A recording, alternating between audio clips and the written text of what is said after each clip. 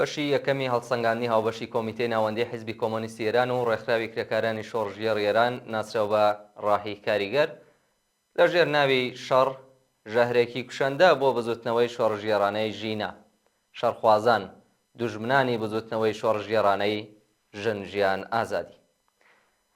ئازیزانم هەڵسەنگاندنە تایبەتە بە دوو خاڵی سەرەکی. یەکەم سێبەری شەڕ لەسەر ئێران.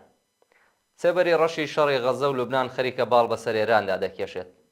دەوڵەتی فاشیست و ڕەگەزپەرستی ئیسرائیل و هاوپەیمانی حیزبە بناوژۆ خوازە یەهودیەکان بە سەرۆکایەتی بنیامین نەتانیاهۆ دوای وێرانکردنی غەزە و تێکدانی لوبنان هەوڵدەدات بە دروشمی گۆڕینی نەخشەی ڕۆژهەڵاتی ناوەڕاست ئاگری ئەو شەڕە بەرەو ئێران ئاراستە بکات.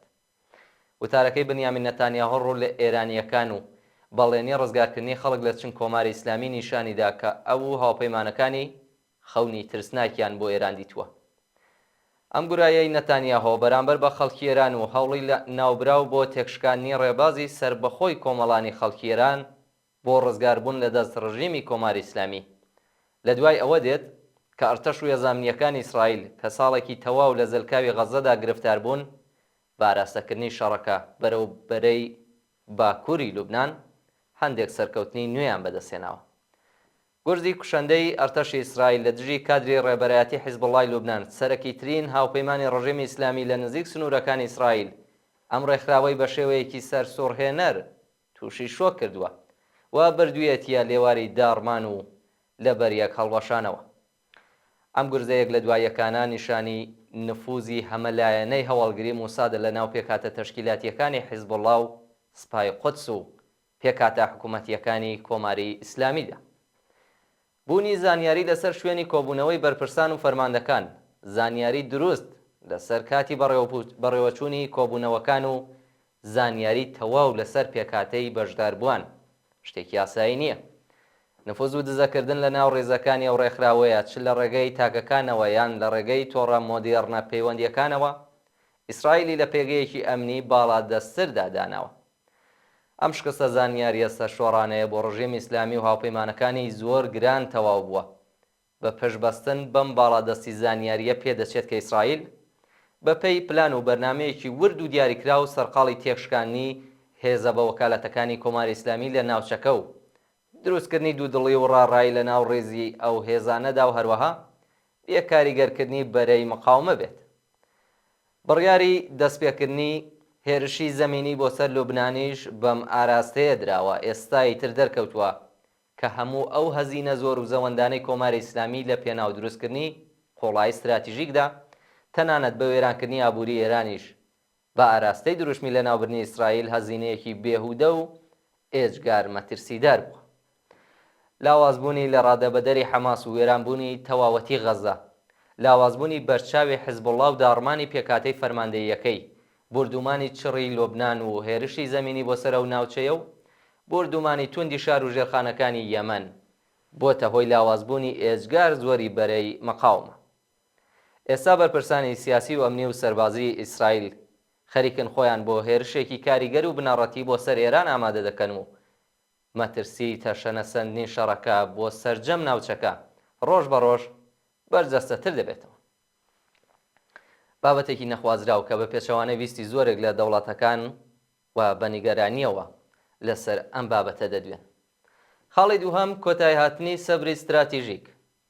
سیاسەتی سەبری استراتیژیکی کۆماری ئیسلامی بە تایبەتی دوای تێرۆرکردنی ئیسماعیل هەنیە لە تاران و دواخستنی وەڵامدانەوەی ڕژیمی ئیسلامی بە ئەم هێرشە بەدانی بەڵێنی پێکاتنی ئاگربەز لە غەزە لەلایەن ئەمریکاوە و هەروەها ئومێدی هەوسارکردنی ئیسرائیل لەلایەنە وڵاتەوە قەیرانێکی بەربڵاوی لە ناو پێگەکانی ڕژیم لە ناو خۆی و لە ناو لایەنگرانی لە بەرەی مەقاومەدا دروست کرد.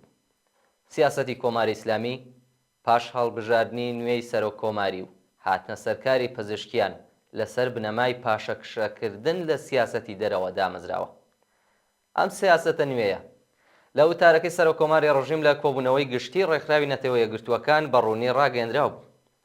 ڕژیم ئیسلامی هیوای خۆی لەسەر بنەمای ئەوە هەڵچنی بوو کە بە گرتنەبەری سیاسەتێکی نوێ و هەوڵدان بۆ چارەسەرکردنی ناکۆکیەکانی نێوان ڕژیم و وڵاتانی ڕۆژاوە، چارەسەرکردنی پرسی بەرجام و هەوڵدان بۆ چارەسەرکردنی ناکۆکیەکانی تر دەرفەتێک بۆ ڕێگریکردن لە داڕمانی ئابووری ڕژیم و بێتوانایی لە ئاز بزوتنەوە جەماوەریەکاندا پێک دەهێنێت.